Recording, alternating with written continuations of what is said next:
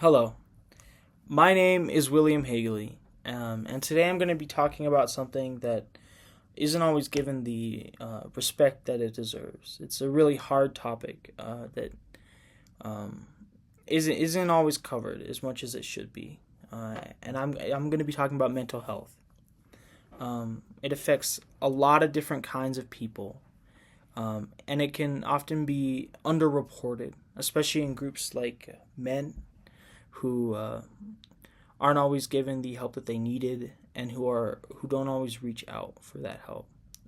But UNM does have multiple different programs that are working really hard to help people struggling with mental illness.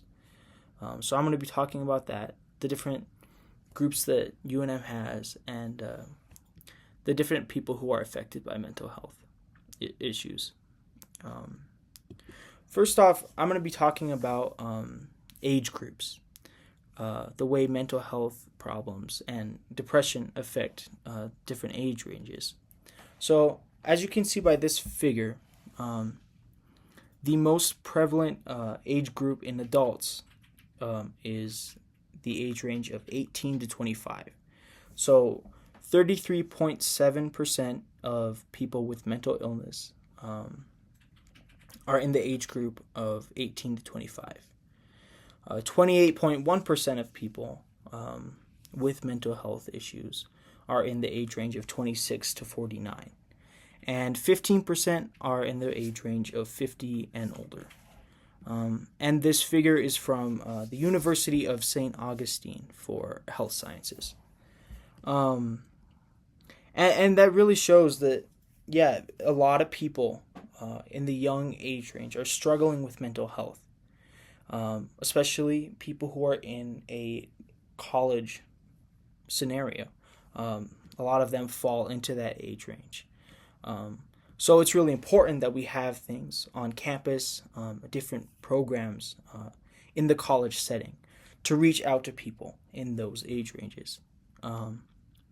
Now, here's another figure from Humanism about mental health in America and some of the facts about that. So, 1 in 5 adults in America experience a mental illness, and nearly 1 in 25 adults in America live with a serious mental illness. And 1/2 of all chronic mental illnesses begin by the age of 14. So this really goes to show that mental health starts early.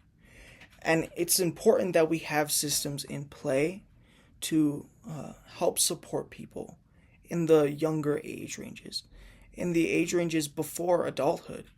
Because really, having things to reach out to people who are 14 or even lower is important because it can help prevent future mental illness, and it can help be there for the people who need it or who are going to need it, who need that support. Now, anxiety is the most common form of mental illness, and according to the University of St. Augustine, it accounts for around 19.1% of mental illnesses. So it is the majority of mental illness in people, and it means that in younger children, even younger people who suffer from mental illnesses, that a lot of them suffer from different forms of anxiety. So that can be a sign to look out for, and that different things can be prepared to help those people with an early onset form of anxiety. Now, another thing I'd like to talk about is mental health in men, and how it's often underreported. And actually, men die at a rate 4 times as high as women from suicide. And this figure here is from the CDC, and it is the suicide rates of men when compared to women. Now, this high amount of suicide for men is because of a lot of complex things. And one of these main factors is that uh, men don't always feel as if they can reach out. And according to the National Institute of Mental Health, men are less likely to receive mental health services. And this really shows that, like, it can be hard to reach out, especially for men, because it's often seen as a form of even weakness by other people to reach out for things like mental health. And this is especially true for men. Now, there are ways to find help, and there are definitely ways in UNM to find help. We've prepared many wonderful programs at UNM to help with mental health issues. And some of the areas that UNM focuses on can include grief, abuse, financial struggles, academic support, and many, many more things. And as mentioned previously, the young adult age group is the highest age group when it comes to mental health struggles. And it just so happens that that is the age group of college students. So it's really important that college campuses have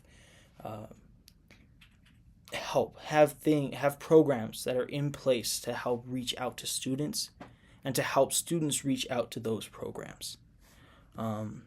Now, I've had multiple friends who have struggled with mental health and who continue to struggle with mental health. And I've seen a pattern of people wanting to find help but not knowing where to go or being scared to reach out.